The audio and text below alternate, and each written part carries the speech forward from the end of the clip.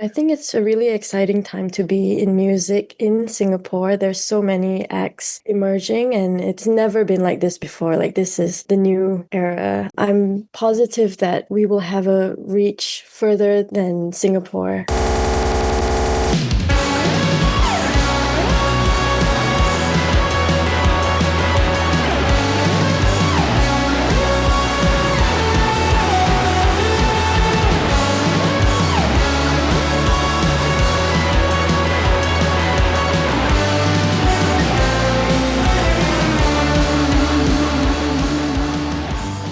Gnaw just might be Singapore's newest band.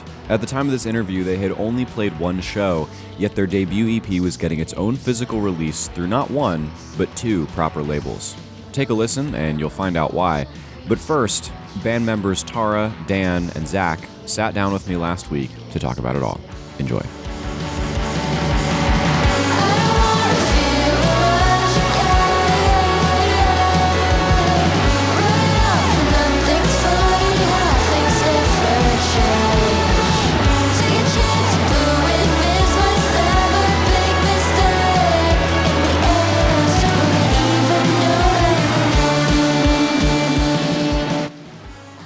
Your debut EP, Inside a Machine That's Glistening, came out on April 10th, which is today for me here in the States, but yesterday for you.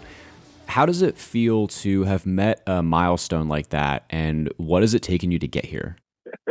Wow. It feels, for me, it feels really surreal, and also like just feel so happy to have it finally out in the world because we spent about a year working on it. And for me, this is personally my first experience being in a band. So I had to learn a lot, and I'm just so grateful for all that I've learned from Dan and Zach and everyone along the way. So it's really great to have it finally out in the world. That's awesome. Yeah, it felt very, it felt like a relief. It was like we've been holding on to this song for a while, and I think we also set on it, wanting to revisit it to make sure that after X amount of time, it still sounds decent. Yeah, so I think there were a lot of like uncertainty of like because it sounded good to us, but we weren't sure like how other people would find it, Receive it. Yeah. Yeah. receive it. Yeah, so finally it's out. It's a huge relief. Yeah. Did you test out any of the music on like friends or family or anything like that before? I mean, they will always say like it's nice, Of course. So, but yeah, I think I closer to the release date, I think I sent it out to like some people. I don't know if they're just being polite, but everyone says it's like, Yeah. So Well, I mean, yeah, I enjoyed it. Your publicist sent it to me a couple or last week, I think, and it was great. I definitely jumped at the chance to do this interview. So take it from me, thank you, I thank guess. you. Oh my gosh, thank you. Yes, Yeah, of course. And so, it's an EP. It's 4 songs. There's a lot of emotion packed into these just 4 songs. And so, what typically informs the lyrics that you write? I guess I'll answer that since I wrote the lyrics. Okay.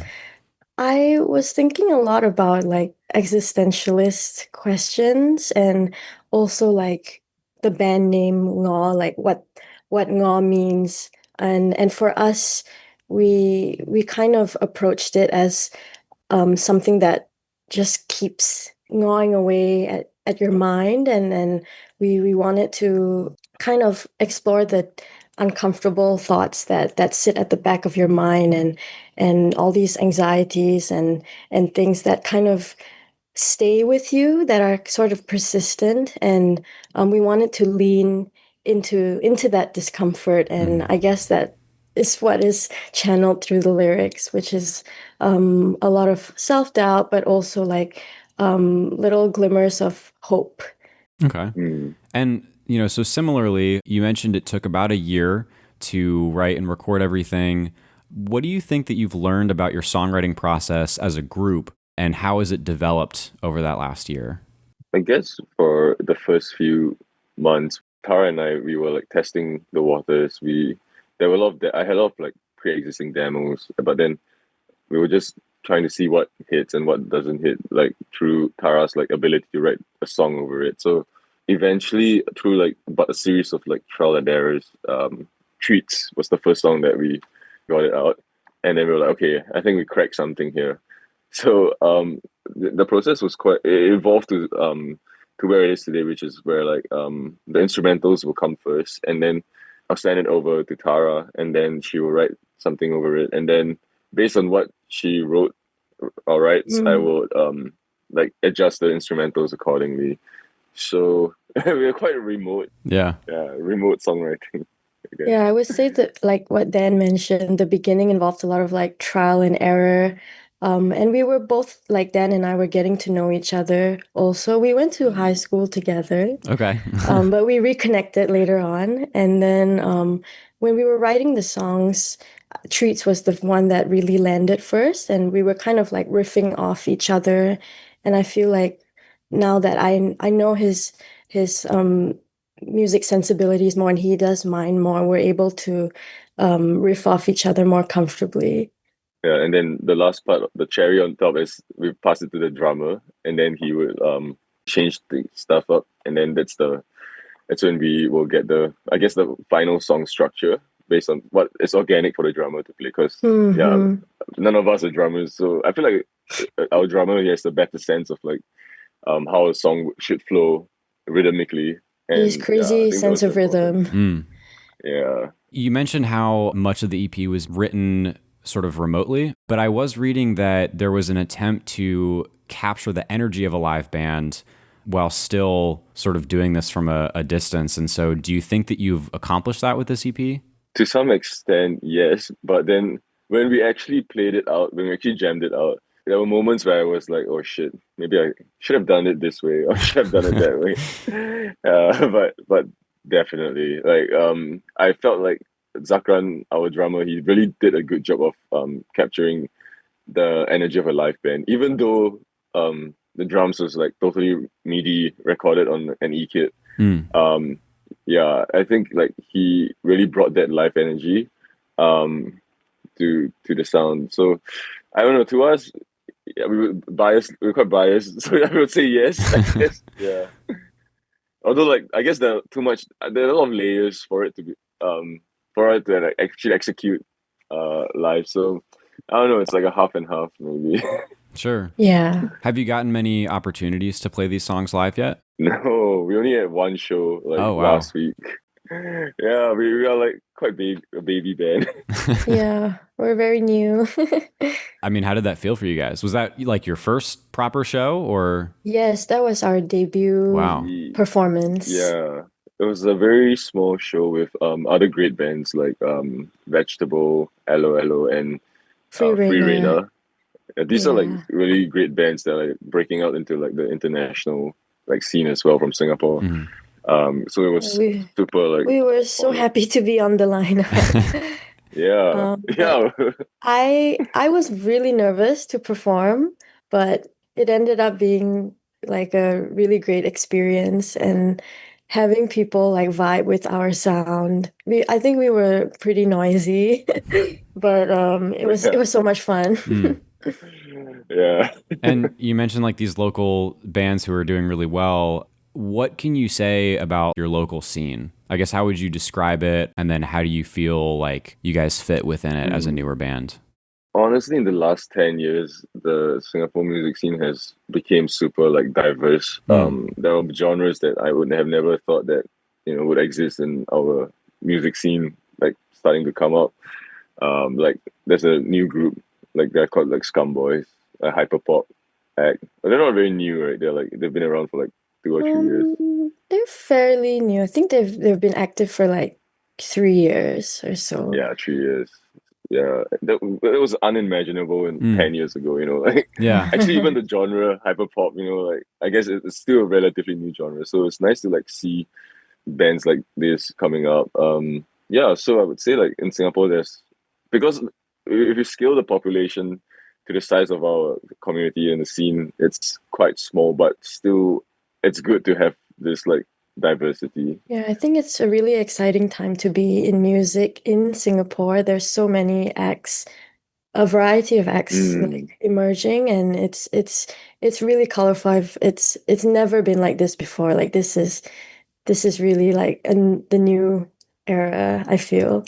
I just hope that, and not hope, I'm positive that we will have a reach further than Singapore as well. And yeah, there are also a lot of shoegaze bands in Singapore, which is a movement that I guess in the last 5 years have been really Mm, like the sound has been proliferating like crazy. So like yeah, um it's cool that like there's already this base of like sound that we can I guess lean into. This scene yeah. of yeah. So do you guys feel like you're really part of something when it comes to your local scene? I know you just played the one show. I was talking to the organizer after the show, and he pointed out something like really interesting, which is that there are a lot of bands doing like super refreshing stuff on indie rock, but there's no like centralized, I guess, space or even like a community for this new generation of like indie rock music. Mm, So we hope to like really see that come into fruition like one day where like I think there are talks of like maybe potentially like having a few bands doing this like same the same ethos, the same sound, doing like a split EP or split album. So I hope that like more initiatives like this comes up, and I think that that would really fortify like that sense of like community around this sound. Yeah, Yeah. still very early days stuff. yeah. But I think that's really exciting to be sort of a part of it almost at its birth. I think that's really cool. Mm. Mm. I wanted to just circle back. You guys mentioned that Treats was your first track together. Looking back at that song in the context of the full EP, now that it's has been released, how do you think it set a tone for the rest of the record, or did it set a tone? Mhm. Okay, I think personally for me, like I felt like Treats was like a super like bright and jolly song, but the ethos, I mean the approach is still there, which is like, instead of verse chorus, there's like a Sure. I want to put in like a little, for lack of a better word, like breakdown, So, um, I thought that I think it wasn't a conscious choice, but the next song was Gash. Yeah. So it was a super huge departure from Treats. We wanted Treats. to, Mhm.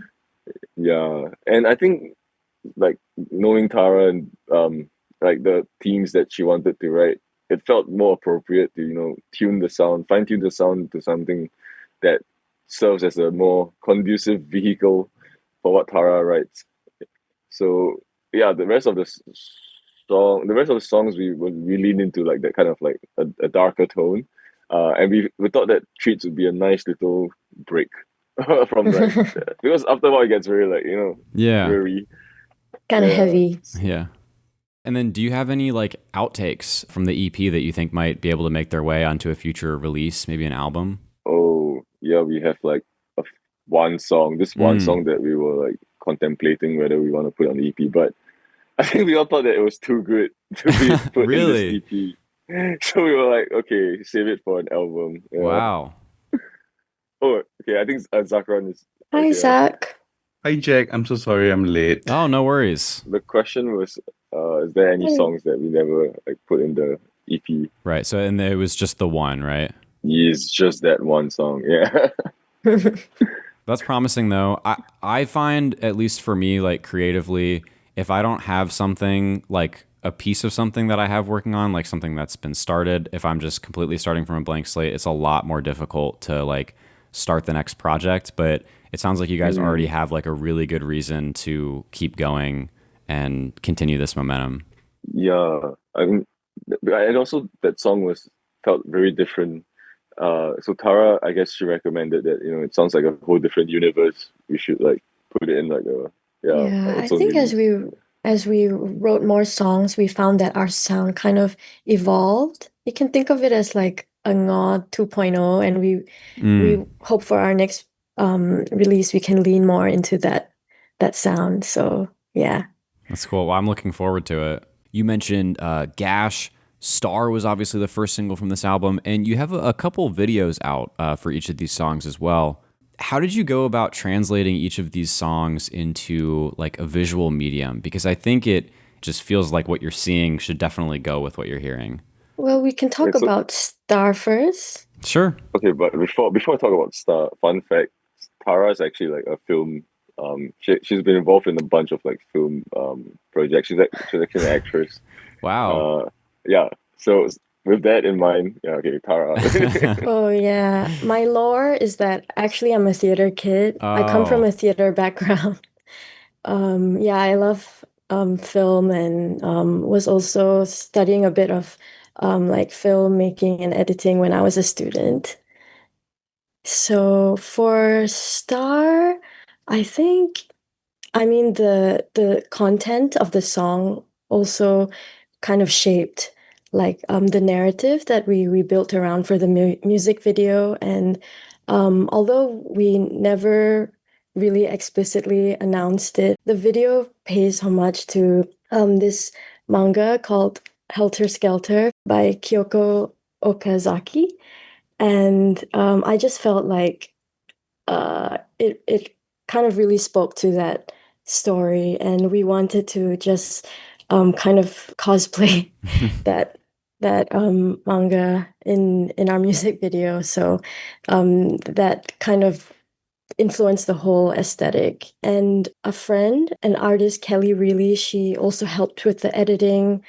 She added in like the glitches, which was very like our kind of Gnaw aesthetic, and also made a really fun like karaoke caption below.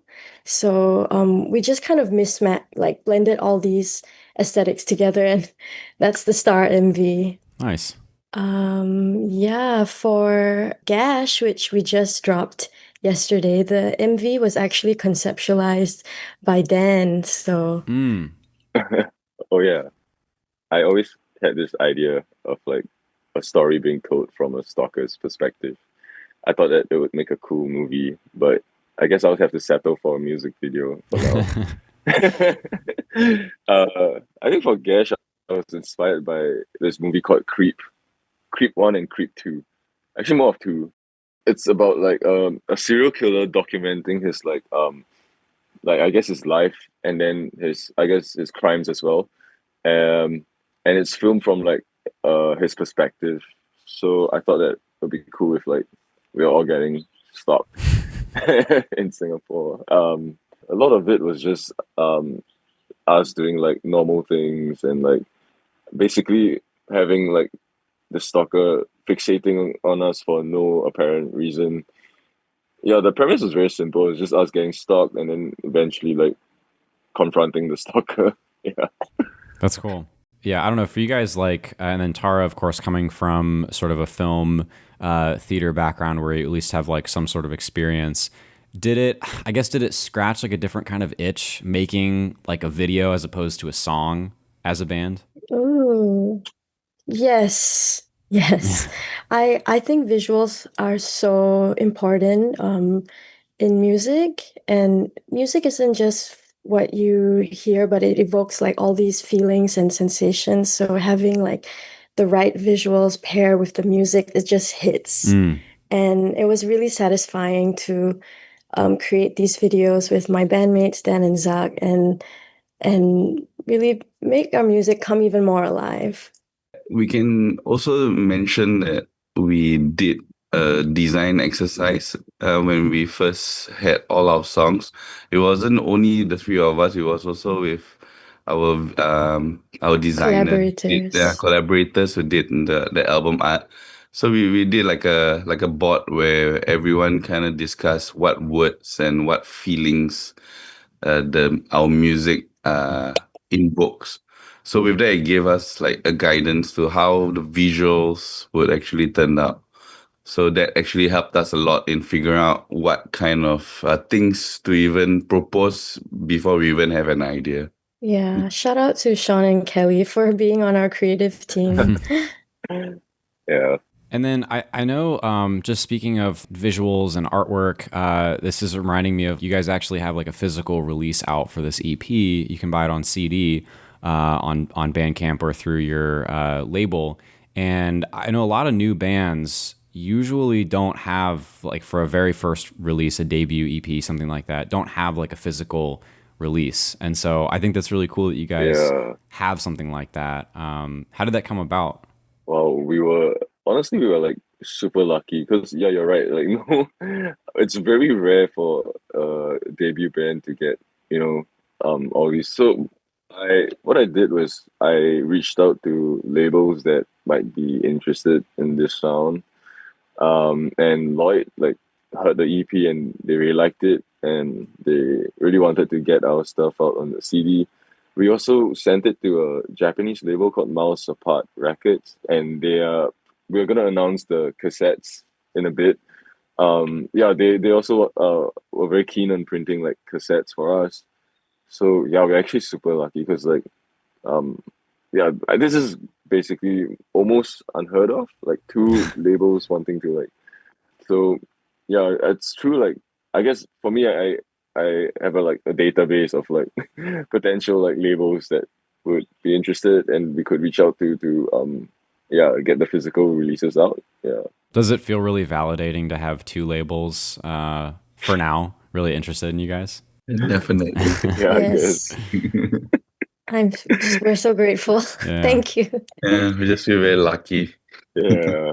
Do you guys, and again, so you've just played the one show. Are there any other shows on the horizon for you guys? Do you have anything booked? I think in May we have a few shows. We're trying Yeah. to get overseas shows as well. So yeah, fingers crossed, I guess. Yeah. Yeah, we'll be playing Yeah. more in Singapore in the coming months, and yeah, hopefully we can play abroad too. We'll see. That'd be cool. Yeah. All right. Well, I will ask one more question here. You know, like I said in the beginning of the interview, this is a pretty big milestone. You just released your debut EP. It's all like very exciting. What comes next? We're writing more music. All right. Yeah. I guess sonically we hope to like also evolve um and but still retain some of the essence of like what Gnaw is in the first place. Yeah, I will add that it's about finding our sound, like after this EP exercise. Like we were experimenting with a few different things in this EP. So I guess moving forward is really figuring out what exactly that we like and what to recreate in the coming releases. Exhausted from the fumes, smoke running me so blue.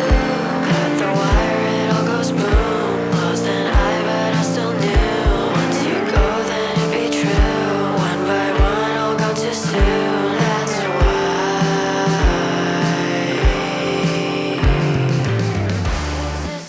They said it a few times throughout the conversation. They're so lucky. But I think it has less to do with luck and more to do with how hard they've worked to get here. Head over to Gnaw's Bandcamp page to find copies of their debut EP, Inside a Machine That's Glistening, before it's gone, and if you're in Singapore, go see it performed live. For more interviews with other cool bands, visit youngsteryear.com, follow this project on Instagram @youngsteryear, and listen to these interviews anywhere podcasts are available. That's all for now. Hope you enjoyed, and thank you for listening.